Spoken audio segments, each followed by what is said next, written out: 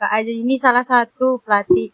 Karena saya Kak Aji ini salah satu pelatih yang pintar.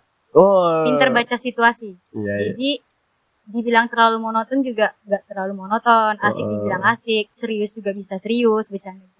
Berarti enak dibawa ya. Nah, karena dia pintar baca situasi. Okay.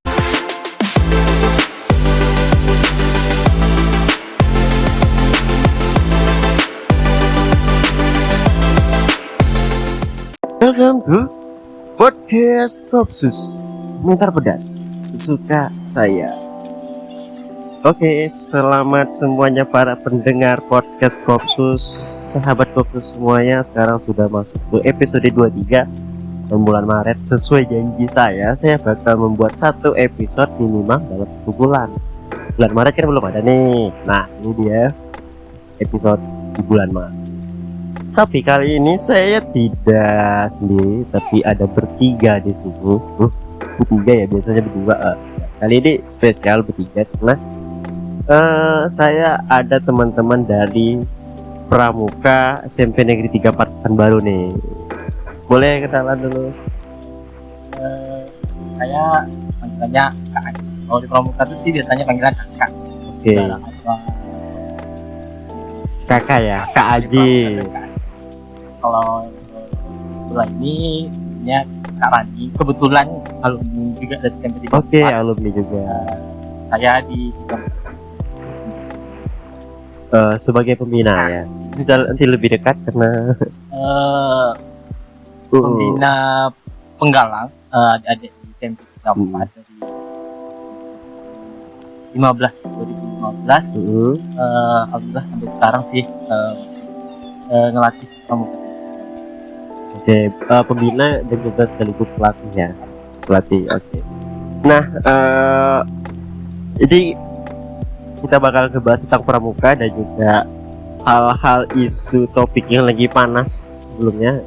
Nah, komentar pedas pasti kita meminta untuk mengomentari hal-hal yang pedas yang terkait dunia kita. Jadi tidak hanya tentang pramuka ya. Tapi sebelum itu kita ada jeda pariwara. Oke, bahasa jeda pariwara. Jeda pariwara atau iklan lah yang ngasih jajan. Oke, nanti kita kembali lagi.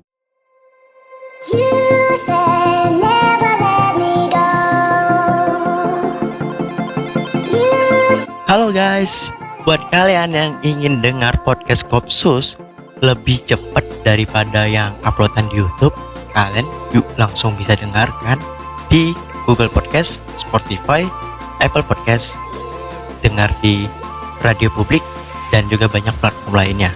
Karena bisa lebih hemat kuota pastinya ya, karena dia cuma berupa audio, tidak berupa gambar dan visual. Nah, kalian juga bisa memberikan donasi dan juga kalian juga bisa memberikan support kayak di situ ya.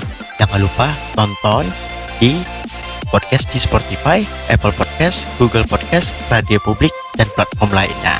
See you. Aku tunggu nih komentar suara kalian di Spotify. Bye-bye.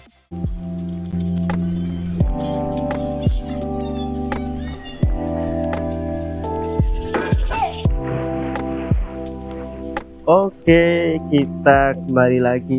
Nah, kira-kira pramuka itu diajarin apa aja sih di dalam pramuka? Di pramuka itu kalau SMP nih ya, kebetulan saya di SMP, dia di setiap tingkatan itu beda sih. Misalnya kayak di SD, SMP, SMA, bahkan pramuka itu masih sampai di universitas.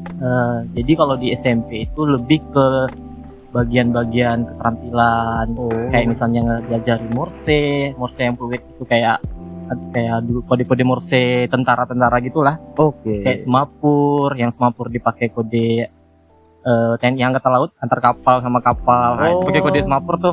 Nah, jadi pesannya kan kalau kapal sama kapal kan jauh nih. Kalau di tengah laut kan nggak ada jaringan. Nah, itu pakai kode semapur, sandi, banyak sih yang lain. Termasuk juga kayak berbaris gitu.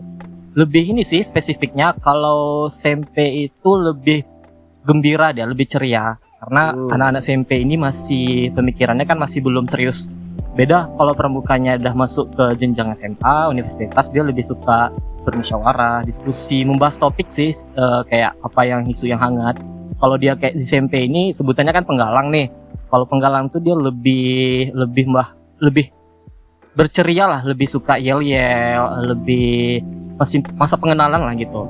Karena penggalang ini nggak dituntut harus dia itu banyak diskusi, karena lebih diberi suap makan lah sama pembinanya. Beda sama penegak tuh dia dikasih sama pembina, mereka sendiri yang ngatur. Terus kalau pramuka di SMP. Oke. Nah, seingat aku pramuka itu kalau mau di SMP, SD atau SMA adalah kemahnya. Iya. Udah pokoknya kalau pramuka kemah. Kira-kira maksudnya kalau dalam kemahnya ada bedanya nggak sih? Beda kemah antara SMP, SD atau sebelum bahas kemah sih, di pramuka tuh ada golongannya nih, Bang. Kalau di SD tuh namanya siaga nih. Siaga. Kalau di SMP tadi penggalang, kalau di SMA penegak, kalau di universitas tuh ada penegak, ada pendegak. Jadi kalau di SD kemahnya itu tidak boleh menginap malam. Karena ya kita tahu kan umurnya masih dini. Nah, jadi namanya tuh persari, perkemah 1 hari. Jadi dari pagi sampai sore. Jadi dia nggak boleh nginap. Jadi nanti sore jam 4 atau jam 5 tuh dia diharuskan pulang ke rumahnya. Nah, kalau di SMP itu boleh malam. Malamnya pun masih dibimbing sama pembinanya gitu, sama guru-gurunya yang di SMP. Itu ada persami, perkemahan Sabtu Minggu, ada perjusami, perkemahan Jumat Sabtu Minggu. Ada juga sih yang 6 hari itu kalau event-eventnya besar. Nah, kalau penegak itu ada kemah, ada juga kayak anak-anak mapala lah. Dia boleh ke gunung, boleh ke alam, boleh ya menyusuri hutan lah, tapi juga tetap ada bimbingannya. Ada, harus, karena ada tanggung jawabnya kan. Nah, kalau juga di dalam di dalam pramuka itu ada jambore ya? Itu jambore itu tingkat apa sih? Sama juga ya? Jambore itu sih lebih ke pesta. Ibaratnya itu dia bukan event kayak pertandingan. Dia itu lebih ke pertemuan antara semua pramuka. Jadi jambore itu ada kayak tingkatan juga. Jambore ranting itu antar kecamatan. Jadi misalnya di 34 nih, 34 kan kebetulan kecamatannya Marpoyan nih. Jadi jambore rantingnya tuh sekitar Marpoyan aja gitu. Jadi di luar dari kecamatan itu nggak boleh ikut nih, karena SMP-SMP yang ada di Marpoyan aja. Terus di atasnya tuh ada jambore cabang. Jambore cabang itu yang tingkat kota lah. Jadi di Sepekanbaru ini yang ikut jambore cabang. Terus di atasnya daerah. Nah, jambore daerah ini baru diadakan tahun lalu ya, bulan November kalau nggak salah. Itu di Kulim. Nah, itu kebetulan tahun lalu tuh tuan rumahnya kota kita Pekanbaru. Jadi itu Seriau. Kalau jambore daerah itu Seriau. Alhamdulillah 34 kemarin ikut, 6 peserta didik yang ikut. Di atasnya baru jambore nasional nih. Jambore nasional ini se-Indonesia nih, Bang. Nah, jambore nasional ini nggak sembarangan nih yang ikut, harus ada seleksinya. Jadi gitu. Dikira jambore nasional semuanya gitu. Enggak. Harus ada seleksinya. Jadi yang seleksinya itu kantor pramuka cabangnya. Namanya tuh Kuapir cabang, Kuapcap. Itu diambil dari yang daerah dari yang Pekanbaru tadi atau enggak? Kalau jambore nasional itu dia diambil setiap satu gugus depan atau sekolah itu 2 orang, 1 putra 1 putri. Jadi nanti ketika lolos barulah mereka itu ibaratnya tuh training center gitu di daerahnya, baru nanti setelah mau siap berangkat baru mereka berangkat ke nasional gitu. Jadi kayak masing-masing itu dipilih 2 orang terbaiknya gitu. Iya. Kebetulan juga ini kan jambore nasional tahun ini disuruh promosi nih. Tahun 2022 ini kebetulan masih di Cibubur. Di Cibubur. Masih di Cibubur, Buperta Indonesianya gitu. Tapi beda nih jambore sebelum-sebelumnya yang sama sekarang, karena kan Covid nih, pandemi. Jadi dipotong nih kuotanya. Jadi ya karena tadi 2, sebelumnya kan lebih 2 boleh. Jadi karena Covid ya beda sih, nggak seceria dulu lah, tapi dibuat ya semeriah dulu, tapi diusahakan semeriah sebelum. Pasti.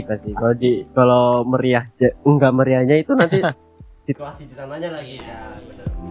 Oke. Nah, kira-kira nih dari tadi kalau dari SMP ada yang terpilih nggak?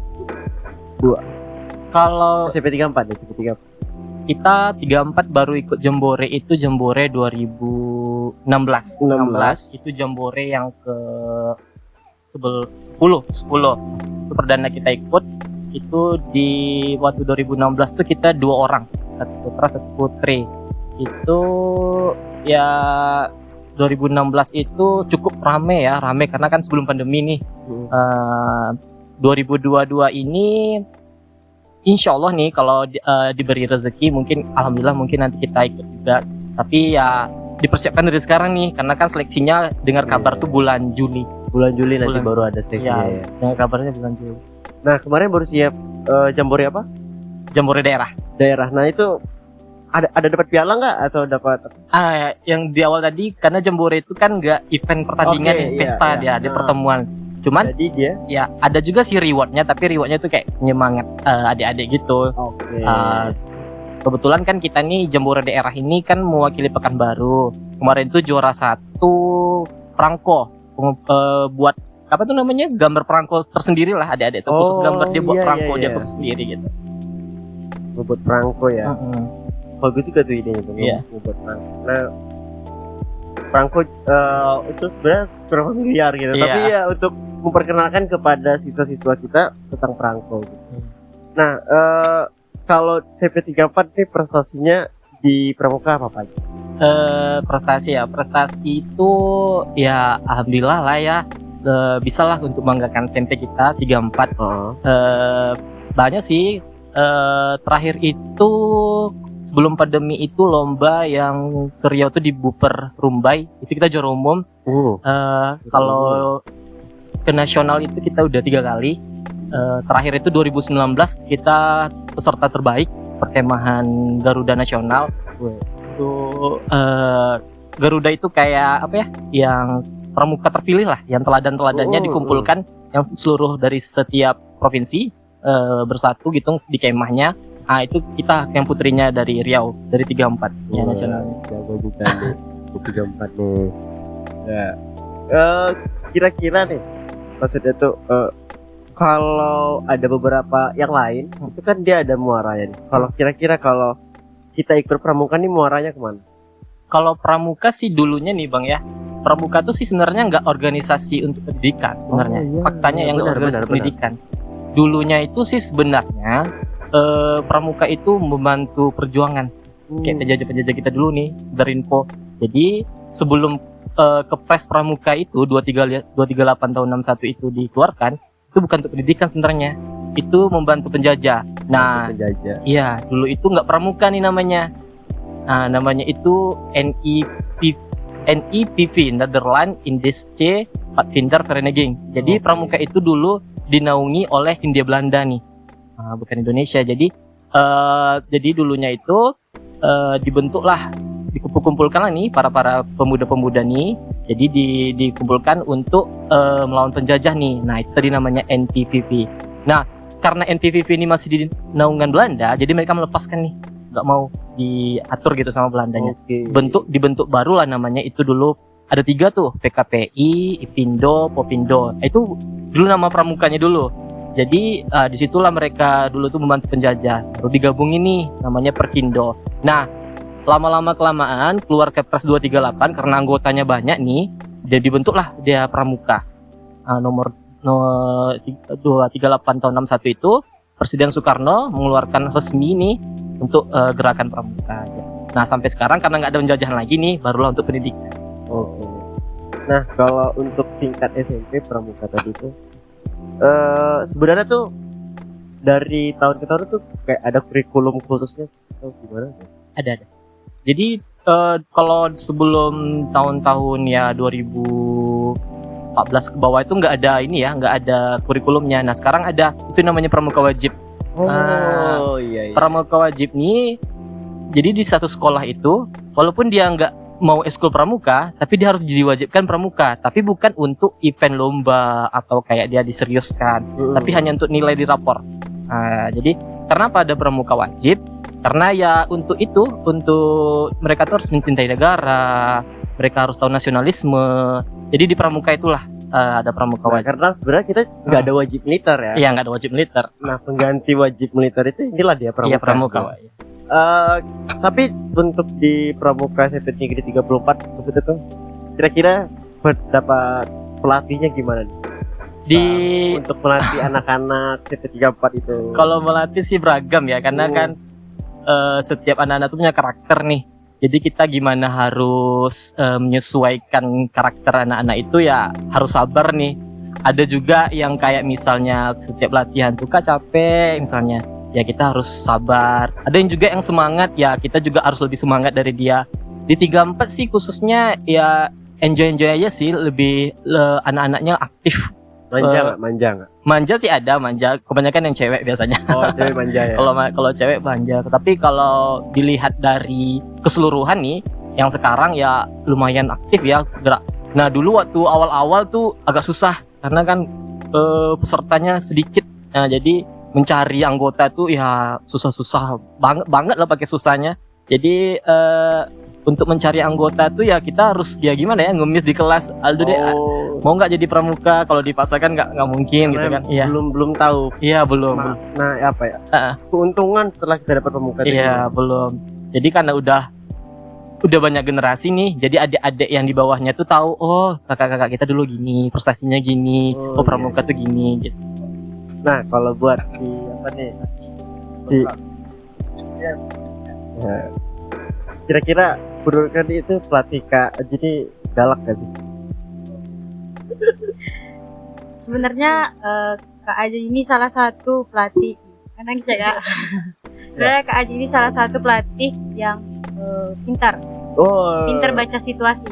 Jadi dibilang terlalu monoton juga nggak terlalu monoton, asik dibilang asik, serius juga bisa serius, bisa. Berarti enak dibawa ya. Nah, karena ya. dia pintar baca situasi. Okay. Nggak terlalu bilang galak juga galak banget gitu. Kalau cepet ya gini. Kalau misalnya memang lagi serius kan,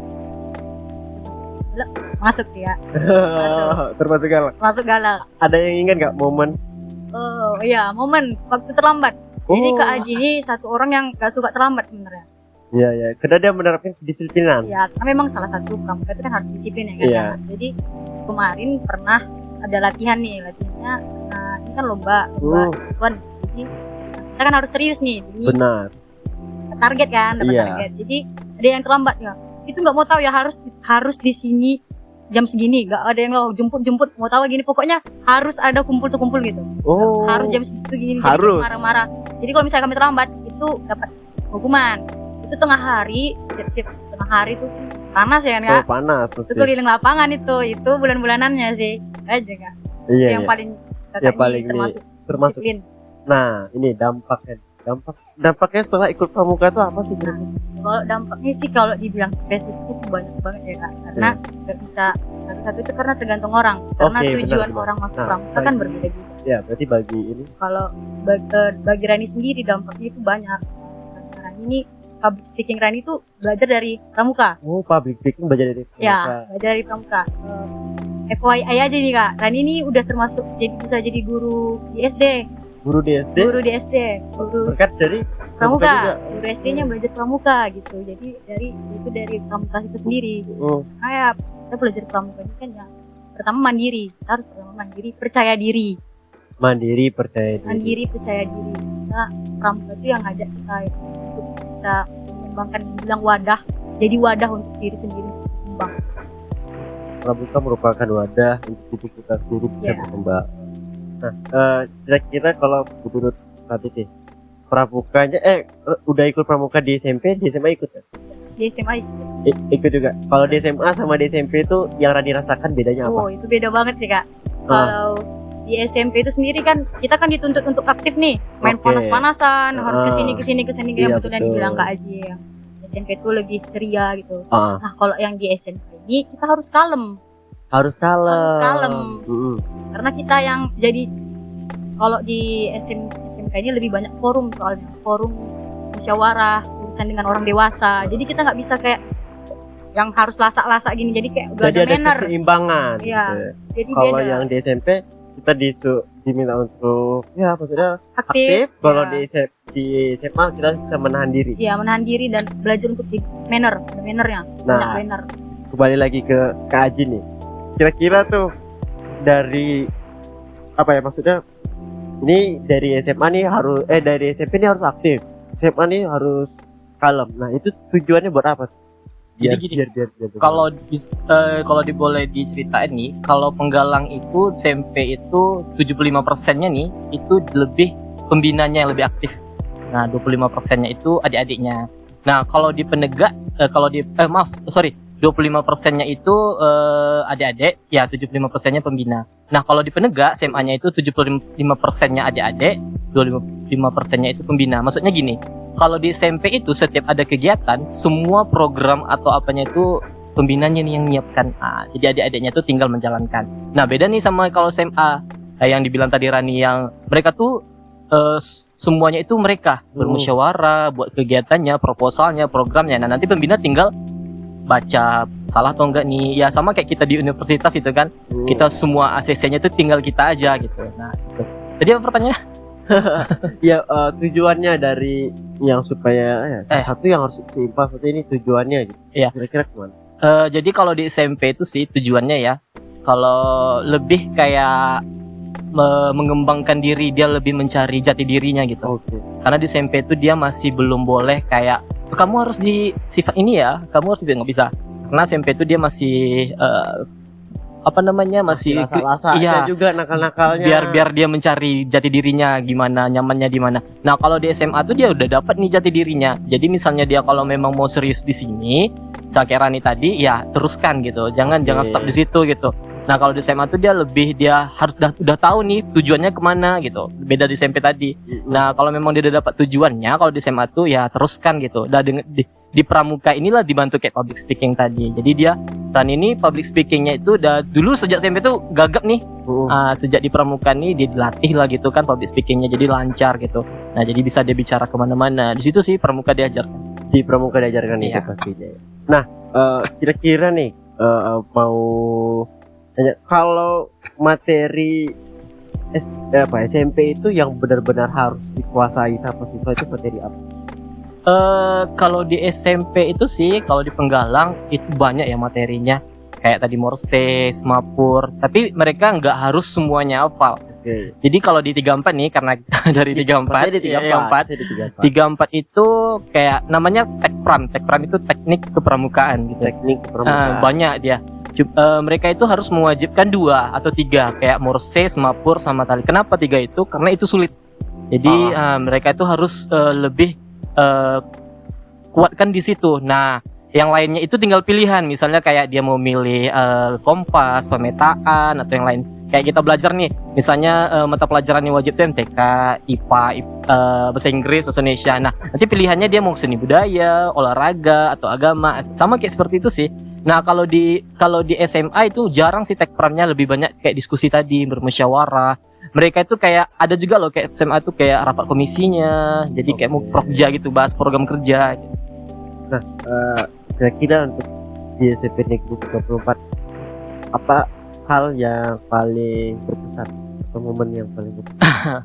Kalau berkesan sih banyak ya, cuman paling berkesan itu ya waktu itu tuh menang di event di SMA Plus. Karena ya karena itu hal yang menarik ya, tapi kalau SMP ya ada yang denger ini mohon maaf. Jadi waktu itu tuh mereka itu udah 2 kali juara umum nih. Karena kan lomba itu kalau 3 kali kan bilik kita nih piala begilirnya. Ya. Jadi mereka 2 kali juara umum nih. Yang ketiga kalinya mereka tuh kalau menang dapat nih. Nah 34 tiba-tiba datang nih. Karena kan kami juga jarang ya ikut SMA Plus karena baru 2 kali. Nah yang ketiga kalinya itu 34 ikut nih. Nah pas udah ketiga kali yang mereka hampir 3 kali itu 34 menang nih. Jadi nggak jadi piala bergilir mereka. Itu paling berkesan sih karena SMA Plus itu yang kalau di pramuka sih lombanya bergengsi ya. Jadi ya berkesan. Pialanya tadi tidak jadi. Yang dari SMP itu yang jadi kan mereka nggak menang karena 34 yang ambil gitu. Jadi gitu. Jadi diulang dari 1 lagi. Berkesannya karena gini, karena kami tidurnya itu hujan. Di hujan-hujan itu kami masih semangat. Jadi kompak lagi tuh kayak ayo deh adik-adik ini hujan loh kita kaulah cepat-cepat, jadi kayak makannya itu sama-sama. Jadi kurang nih bahan ya gimana cara mau dapetin ya harus ini kayak adik-adiknya itu ada yang tersengat lebah ada yang tersengat lebah di hacking gimananya nggak apa-apa, itu kayak bekas apa namanya kenangan, itu bisa diceritakan besok harinya Oh gitu. iya. Itu keluarganya pasti terasa kali lah. Terasa kalau di pramuka. Momen lain kira-kira yang ngebuat apa ya? Aku cinta kali sama pramuka nih. Kalau Tadi karena Rani Enggak, yang Rani dong pasti. lebih Orang yang buat cinta kali sama pramuka itu ya bukan karena pramukanya malah, tapi karena orang-orang yang ikut pramukanya. iya. Gimana rasanya sih kita nih kan, kalau Rani ya kan minoritas nih Kak. Nah, Rani minoritas kan. Jadi kok gitu kok, karena awal masuk SMP itu kan kayak terkejut jadinya. Kan SD di swasta, SD Santa Maria. Jadi masuk negeri itu terkejut dengan lingkungan yang baru. Karena masuk pramuka jadi kayak diterima gitu, kayak di welcome. Enggak, ayo sama kami gitu. Karena ya nggak bedain itu, nggak ada bedain dari rasa apa gitu. Karena sebelum masuk itu kayak dikucilin, jadi kayak nggak ada teman gitu. Jadi yang buat Rani cinta sama pramuka itu ya orang sama pengalaman yang udah dijalanin, yang masuk kekeluargaan tadi. Terasa kan. Karena susahnya itu sama mereka gitu. Susahnya sama mereka. Ya, karena masuk pramuka ini kan juga Senangnya sama mereka gak? senangnya pasti dong. Nah, kalau susahnya kan kita masuk pramuka ada juga kan orang tua yang nggak setuju. Iya benar. Ya tempat Kalau Rani termasuk yang setuju atau enggak? setengah setuju setengah enggak Oh, gitu kan. kenapa tuh enggak? Karena terlalu sering pulang sore capek gitu kan, jadi kayak nggak ada lagi yang bisa dikerjain kalau udah capek gitu. Terus nilai juga turun kemarin gitu. Nah, jadi tempat ngadunya ya ke mereka gitu. Jadi mereka juga ngalamin, jadi kayak cerita-cerita, jadi temen gitu. Berarti circle-nya lah ya, circle-nya asik. Asik ya, asik. Nah, untuk ciptakan circle seperti itu tuh susah nggak sih, Haji? Kalau nyiptain circle ya, jadi kan ya dibalik di awal tadi kan, karena setiap karakter mereka ini beda-beda nih. Contoh tapi angkatan Rani ini dulu kan masih berjuang nih di awal-awal Pramuka 34. Nah, jadi untuk menyatukan mereka tuh memang susah banget, susah karena ya untuk menyatukannya itu ya gimana ya? Nggak boleh nih kalau latihan itu terlalu banyak tuntutan, karena mereka tuh cepat bosan, karena anak SMP itu memang sih cepat bosan. Nah, kayak dibawa mereka tuh setelah latihan itu atau ada hari waktu kosong, kayaknya bisa kita jalan-jalan yuk gitu. Jadi membuat mereka nyatu nih. Jalan-jalan kemana, kita berenang yuk atau kita ke nonton yuk.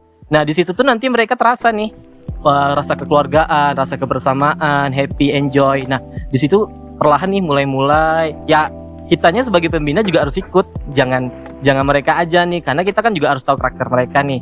Nah, jadi saat mereka ya kita pergi jalan, berenang ini. Nah, di situ tuh muncul tuh. Nah, mulai ada rasa kedekatan gitu. Nah, saat nanti udah muncul pisah itu susah nih, pisah.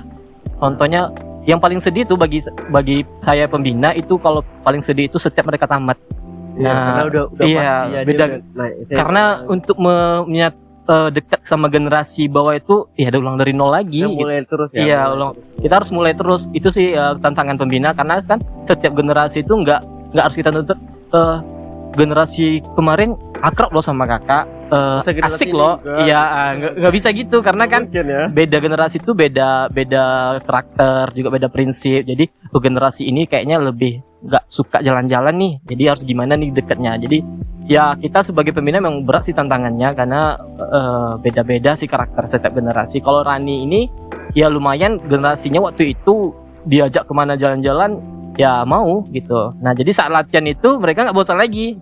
Gitu sih cara deketin. Nah, kalau tadi kan yang apa ya, yang enak. Kira-kira nih tantangan atau kayak hal yang berat pas kita ngajar di CP34 apa? Sekolahnya sih. Ya. Masuk sekolah itu sih ya kadang kan kalau adik-adik nih udah semangat nih, udah latihan, udah dikasih undangan, udah beberapa hari lagi nih. Nah, tiba-tiba sekolah nggak ngizinin.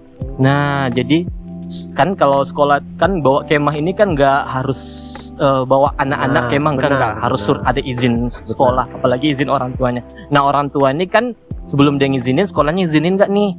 Kalau sekolah nggak izinin, ya saya nggak bisa nih. Kalau orang tua kan seperti itu. Nah kadang kalau mereka nih udah semangat, targetnya kita udah hampir mau deket nih lombanya, tiba-tiba sekolah nggak izinin. Itu sih yang nggak enaknya. Tapi gimana supaya yang izinkan sekolah itu ya sama-sama ya, dari tadi itu nggak 1-2 orang yang pergi ke ruangan pas sekolah. Jadi sama-sama nih Bu, kami mau ikut ini Bu. Ya kami udah latihan, kita mau banggakan sekolah. Ya gimana sih aktingnya di depan kepala sekolah supaya izin. Nah jadi ya sekolahnya sih yang agak berat itu satu sih. Yang kedua kalau misalnya orang tua yang dikatakan Rana tadi, ada adik-adik ini yang diizinkan, sekolah udah izin nih. Nah orang tuanya nggak ngizinin. Nah di pramuka itu kan kayak ada regu tuh 8 orang. Nah tiba-tiba satu yang nggak diikutin nih, kita nyari lagi nih. Nol cari lagi nih. Ah itu sih udah mulai dari nol lagi. Iya, biar lengkap. Kira-kira ada nggak nih siswa yang maksudnya dia izin atas nama pramuka, padahal bukan ke situ tuh. Banyak tuh. Nanti Tani boleh bicara ya kalau saya sebagai pembina nih, misalnya latihan nih, izin pribadi biasanya sering nih kalau setiap hari latihan, Kak izin nih, saya sakit atau ada acara keluarga nih. Nah ketika pulang dapat kabar nih dari teman lainnya, kira-kira dia jalan Sama ceweknya ke mall atau apa. Nanti besoknya tuh kalau di pramuka tuh ada namanya sidang adat ya, kayak dewan kehormatan gitu. Kemarin bener nggak izin? Ini ada jalan lo nampak buktinya. Itu terdiam dia gitu sih. Kalau Rani nggak tahu pernah nggak kayak gitu? Iya pernah nggak? Ya jujur aja. Kalau Rani SMK enggak. SMK ya. Oke. SMK ya. Nah, Kenapa ya? kebutuhan. Kira-kira ngapain pas itu? Jalan sama doi. Iya. Oke. Nah, kira-kira maksudnya tuh kan tadi kata Kak Aji ada sidang adat. Beneran tadi takut gak sih sidang adat? Atau ya kayak ya gitu. Kalau sidang adat sama Kak Aji sih nggak takut kan, karena yang pertama tadi kan SMP nggak pernah kayak gitu, karena SMP memang cinta kali sama pramuka, nggak pernah kayak rumah aja gitu pramuka. SMP udah seperti rumah, ya. Jadi kayak ketika dapat sidang adat ya itu memang salah kita ngapain takut gitu ya. Paling di sidang yang kayak evaluasi untuk diri sendiri sih. Oke, supaya bisa berkembang. Ya. Kalau di SMK tuh deh. Kalau di SMK kalau sidang adatnya saya kabur. Karena itu banyak. Nah, di sidang adat ngapain aja tuh Rana, biasanya? Ya di sidang adat dipastiin dulu sih, ini memang sebenarnya serius nggak sih pramukanya. Kalau memang dia nggak serius ya, jangan sampai kayak membawa nama buruk pramuka. Kita organisasi bukan organisasi kecil gitu. Nasional kan? Ya, nasional, di Indonesia ya, ada. Indonesia ada sih. Kalau di sidang sih biasanya ditanya gitu, keseriusannya dulu. Kalau misalnya dia serius, kita lihat lagi dari bentuk-bentuk dia. Selama dia kalau dia serius, kalau memang serius, kenapa kayak gini, ditanya. Bisa nggak diulang? Bisa nggak berubah gitu? Berubah, nggak ngelakuin hal yang sama gitu. Oh di sidangnya, oke. Ini kita udah hampir setengah jam berlalu juga. Sebelum kita bikin pamit ya, aku mau nanya tentang meminta Kak Aji untuk berkomentar tegas. Tapi bukan tentang pramuka. Oke. Ini menurut Kak Aji nih, pendapat Kak Aji tentang perang yang ada di Ukraina sekarang. Apa pendapat Kak Aji atau komentarnya apa? Kebetulan nih jurusannya dulu hukum. Oh, pas sekali. Iya, tamatan hukum. Jadi menurut sih kalau di hukum internasional ya itu kan lebih menyangkut ke hukum internasional. Kalau saya dulu hukum tata negara. Jadi kalau di menurut hukum internasional sih, kalau ini pendapat saya ya. Kalau menurut saya sih ini bukan ini ya, bukan politik. Takutnya nanti boleh. Ya. Iya. Tapi tinggal apakah diminta komentar pedas? Ya. Ukrainanya sih yang lebih salah karena gini, karena kan juga dulu sebelumnya kan Rusia itu ngelarang nih ngabung ke NATO. Nah udah diperingatkan beberapa kali, cuman kan atas bisikan-bisikan setan ya dari negara-negara yang dikatakannya musuh Putin, negara Barat. Jadi kalau menurut saya sih ya, kalau memang sih udah banyak korban, tapi gimana presidennya ini coba tolong gitu kerjasama deh sama Putin gitu, karena kan juga ini kan juga dulu pecahan Uni Soviet nih, Ukraina ini daripada egois nih masyarakatnya atau rakyat-rakyatnya udah mati nih, lebih baik gabung aja nih ke NATO. Nah, kenapa? Karena ini saat di invasi juga Amerika negara kan nggak ada bantu juga nih. Iya. Nggak ada bantu juga. Jadi mau nunggu sampai kapan gitu? Tunggu rakyatnya hilang dulu, tinggal presidennya gitu kan nggak mungkin kan? Iya. Jadi ya turunin ego lah, karena kita lihat ya di setiap pimpinan negara ini egonya tinggi banget gitu. Bukan memimpin untuk rakyat tapi memimpin untuk diri sendiri. Nah, itu yang saya lihat kalau di Ukraina gitu. Karena ya bisa kalau dilihat ya semua sih banyak juga sih konflik di negara-negara ini, cuman ya karena di Ukraina ini banyak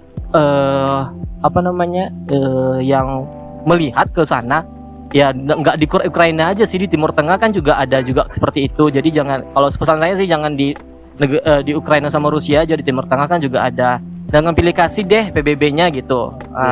Gitu. Pedas ya. Iya. Tapi sebenarnya kita satu pandangan, karena memang lagi-lagi tuh yang salah ya adalah Ukrainanya sendiri gitu. Iya. Maksudnya tuh nggak mungkin ada asap kalau nggak ada api. Nggak ada api gitu. Tapi lagi-lagi ini udah di penghujung podcast kita, karena bentar lagi juga. Maaf ya. Iya. Oke. Tapi ada pesan kata-kata terakhir dari Kak Ajin. Ini khusus pramuka nih. Iya. Jangan di pikiran adik-adik SD nih atau SMP pramuka itu kayak misalnya aduh panas, capek. Pramuka itu seru kok. Banyak teknik pramukaannya, banyak yel-yelnya, banyak ceritanya. Intinya sih pramuka itu membentuk keluarga, bisa curhat, bisa apa aja di situ, bisa menyampaikan semua keluh kesah. Jadi pramuka tuh nggak harus formalitas juga, enggak. Jadi pramuka itu semuanya ada. Oke, berarti itu ya pramuka ya. Iya. Dan jangan. Oke, berarti udah habis. Sekian dari saya, podcast Kopsus. Sampai berjumpa di podcast Kopsus selanjutnya. See you next time.